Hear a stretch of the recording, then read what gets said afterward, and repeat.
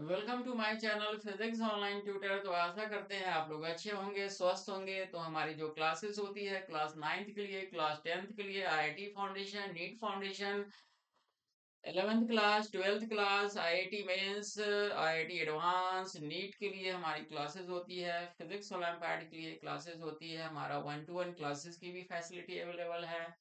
Group classes की भी facility available है। और हमारा जो मैक्सिमम जो ग्रुप क्लासेस होता है वो 5 स्टूडेंट का होता है। और हमारा ये कांटेक्ट नंबर है, आप इस पर कांटेक्ट कर सकते हैं। एंड हमारा ये वेबसाइट है physicsonlinetutor.com। और हमारा 100% क्वालिटी ऑफ टीचिंग है। ओके,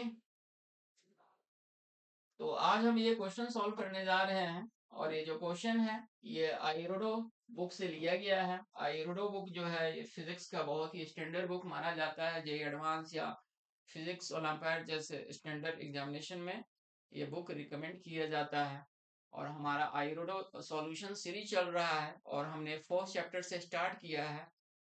फोर्थ चैप्टर इलेक्ट्रोस्टैटिक है। तो इलेक्ट्रोस्टैटिक का आज हम ये प्रॉब्लम नंबर 3.29 क्वेश्चन सॉल्व करने जा रहे हैं। सो सबसे पहले हम क्वेश्चन को रीड आउट करते हैं। क्वेश्चन कर रहा है, inside a infinitely long cylinder, एक infinitely long cylinder charge uniformly है। Basically infinite long circular cylinder charged wire है और ये यूनिफॉर्मली है with volume density rho, means volume charge density दिया हुआ है, रो है। There is a circular cylindrical cavity, okay, circular cylindrical cavity है, and the distance between the axis of the cylinder and the cavity is equal to the small a है।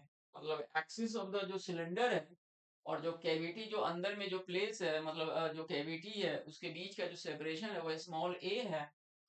तो question कर रहा है, find the electric field strength. Electric field strength means electric field intensity आपको calculate करना है। और कहाँ पर करना है, तो ई इनसाइड द कैविटी, मतलब कैविटी के अंदर में करना है आपको। सो इसमें दिया हुआ है the permittivity is assume to be equal to unity. Okay, तो जो परमिटिविटी है वो हम एज्यूम कर रहे हैं और इक्वल टू यूनिटी है, दिया हुआ है क्वेश्चन में। तो हम जानते हैं electric field intensity inside the non uniform cylinder wire या लॉन्ग चार्ज सिलेंडर वायर जो होता है rho into small r, rho into small r divided by 2 epsilon naught होता है। तो फॉर्मूला को सबसे पहले लिखते हैं, electric field intensity inside the inside the infinitely infinitely long circular circular charged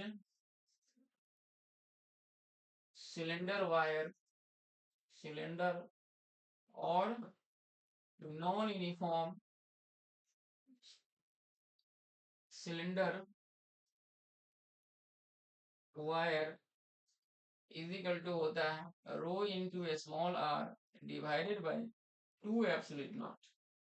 okay, और आर जो स्मॉल आर जो डिस्टेंस होता है वो from the axis of the cylindrical wire होता है, means infinitely long cylindrical wire होता है। ठीक है, तो ये हमारा स्मॉल आर डिस्टेंस होता है। तो सबसे पहले एक डायग्राम बनाते हैं। तो सपोज दैट ये हमारा सिलेंडर है, सेंटर ओ है और इसका वॉल्यूम चार्ज डेंसिटी हमारा क्या है, रो है। ओके, और ये हमारा क्या है, सपोज दैट एक्सिस सपोज कर लेते हैं। तो एक्सिस से मतलब कि बेसिकली हमारा, और एक्सिस से जो हमारा जो डिस्टेंस जो होता है इनसाइड का स्मॉल आर डिस्टेंस होता है। तो ठीक है, और इसके अंदर में जो है एक कैविटी है। तो सपोज दैट ये हमारा क्या है, कैविटी हमने ले लिया, सिलेंड्रिकल कैविटी। तो कैविटी ले लिया तो इस ये हमारा क्या है, एक्सिस मतलब सेंटर, तो बेसिकली हमारा इसके बीच का जो सेपरेशन है वो दिया हुआ है ऑलरेडी क्वेश्चन में। इक्वल टू क्या है, स्मॉल ए है। इक्वल टू क्या है, स्मॉल ए है। ओके, तो इसके बीच का सेपरेशन हमारा स्मॉल ए है। और इलेक्ट्रिक फील्ड इंटेंसिटी जो है इनसाइड हमें कैविटी कैलकुलेट करना है। तो सपोज दैट हमने पी पॉइंट मान लिया इस कैविटी के अंदर में है, तो ये जो डिस्टेंस है इसको हमने R1 सपोज कर लिया।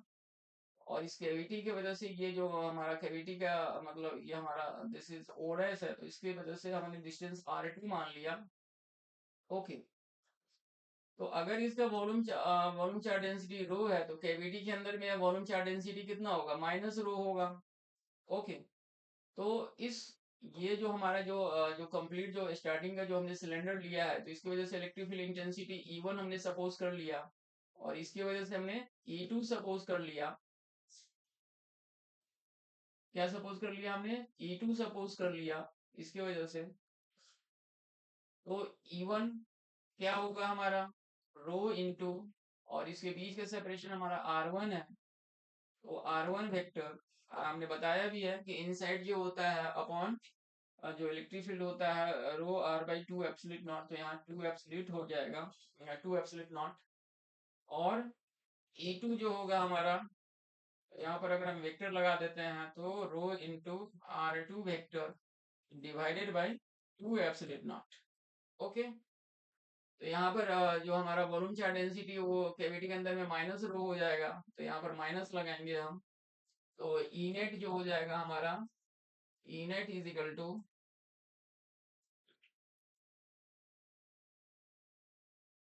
E1 vector plus E2 vector. तो यहाँ पर अगर हम कैलकुलेट करते हैं, so this will equal to हो जाएगा rho R1 vector divided by 2 epsilon naught plus minus rho R2 vector divided by 2 epsilon naught. तो यहाँ पर rho by 2 epsilon naught common निकालेंगे, so this is R1 vector minus R2 vector, correct है। फिर यहाँ पर हम क्या लगाएंगे, triangle law of vector addition. Okay, तो triangle law of addition of vector से क्या हो जाएगा हमारा, R1 vector is equal to a vector plus R2 vector, correct है। Law of triangle addition of vector से ये हो जाएगा हमारा, तो R1 vector minus R2 vector is equal to a vector. So E net हो जाएगा हमारा rho a vector divided by 2 epsilon naught. Okay, E net vector, वो अगर हम इसका मैग्नीट्यूड निकालते हैं तो E net vector and this is equal to E हो जाएगा एंड ई नेट हो जाएगा। तो E net is equal to हो जाएगा हमारा rho a by 2 epsilon naught, final answer हो जाएगा। ओके, तो आई होप सो आप लोगों को समझ में आ गया होगा। Thank you so much.